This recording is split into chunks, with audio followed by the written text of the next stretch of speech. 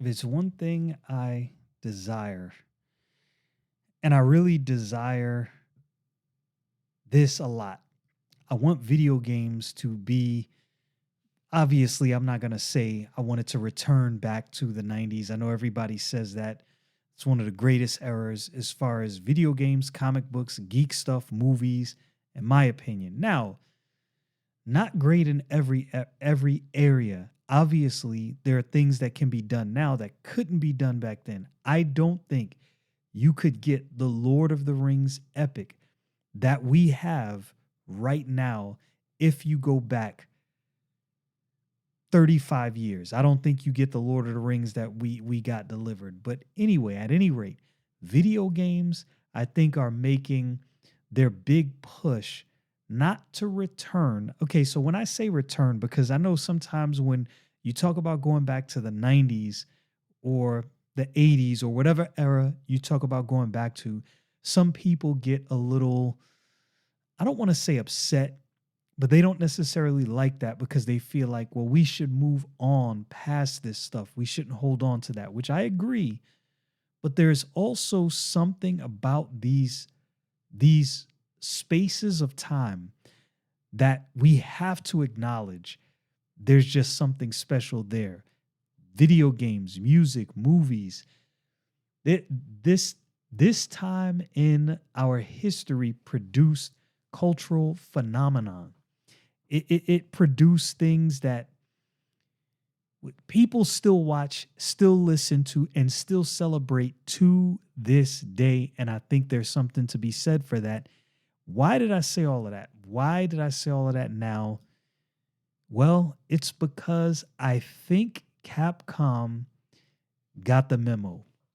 And I really think Capcom is doing some incredible things that have made gaming exciting. You know, and I've said this before, I have been playing the game Pragmata, a Capcom game, a new IP, and a really interesting and great gameplay if you're interested in doing that sort of thing, playing games, that is. If you like single player games like me, I don't mind multiplayer online games, but they're really not my thing. For me, they're not my bread and butter. They're not the place that I go to first. I don't seek out online multiplayer game. I don't mind playing them, but if I'm sitting down, if it's a weekend, if I got a little bit of extra time, I want that single player experience. I think many people enjoy that experience. Not that they don't enjoy online gaming as well, but Capcom is, I think, filling a void in some of these areas. I'm not a horror guy. I was never into Resident Evil, but I can recognize looking at the trailers and looking at the gameplay for Resident Evil Requiem, that game looks fantastic. And on every system, including the Switch 2.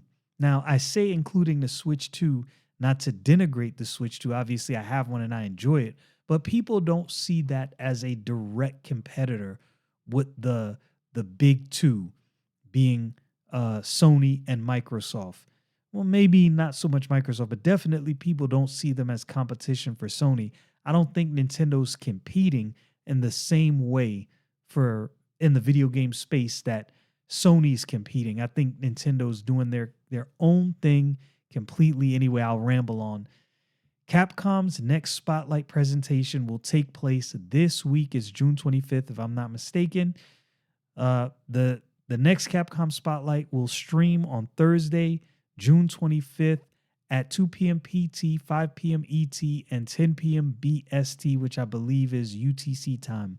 According to Capcom, the stream will last roughly 30 minutes and will be covering updates to games that are out now, plus new info on upcoming titles. I think Capcom is, again, doing a good job of keeping the games even that they already have released relevant to people who are playing.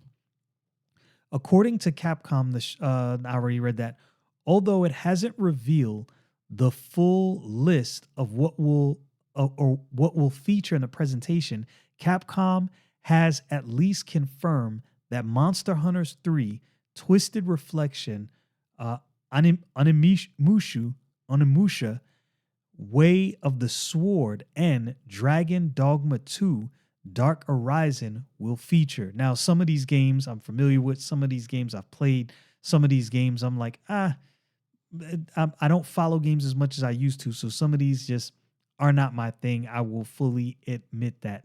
Monster Hunter 3, Monster Hunter Stories 3, Twisted Reflection was released back in March, meaning it's likely that the presentation in the Capcom Spotlight will involve the announcement of new DLC. I always like DLC because I love to see video game companies spending time developing and honing games that they've already given us, because this says they're not just going to release a game, charge this exorbitant price for it, and not give you bang for your buck. If games are going to be pushing 80 to maybe even $100 now, I'm okay paying that as long as I'm getting a good return on investment and enjoyment and time spent with this game. Okay, it says VGC's Monster Hunter Stories 3 review called it the best game in the spin-off series to date, concluding, quote, while its battle system is going to divide some players, the monster hatching and raising is some of the best in the business. And goes on to talk about Onimusha Way of the Sword is the next main game in the Onimusha action adventure series, and the first 20 in the first in 20 years. Wow, couldn't read that. Uh, it's set for release in September on PS5, Series X, Switch 2, and PC. Again, Switch 2 is in there. I keep saying this. A lot of people want to discredit the Switch 2. They don't like it for their own reasons, and I get it. Playing video games now is like team sports. Are you team Microsoft? Are you team Nintendo? Are you team Sony?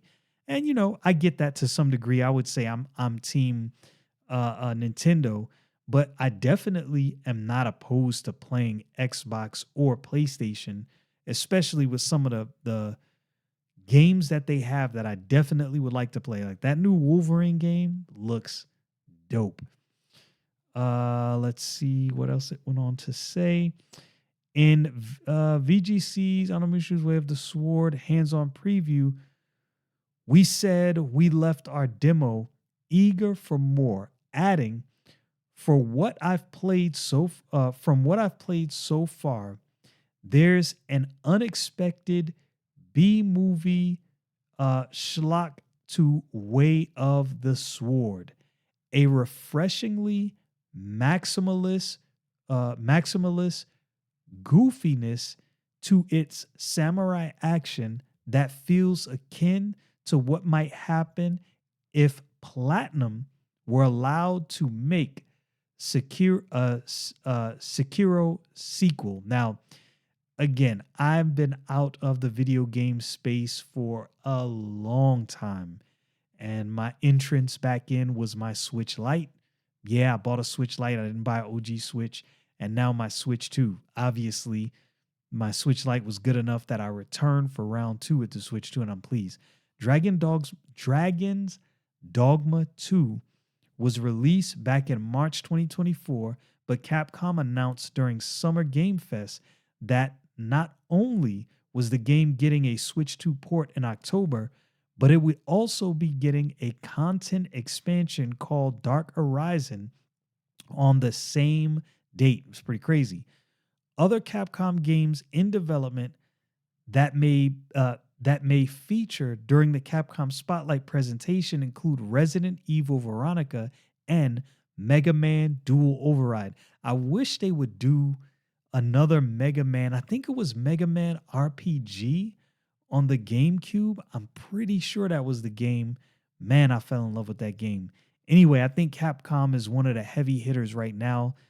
I think they're putting out the most consistent work in the business, and I can easily see Capcom being one of the most influential game development companies, studios, major studios of this generation, I'm not saying they're going to be the greatest, and I'm not saying all of their games are going to be hits, but man, they sure have been doing a bang up job.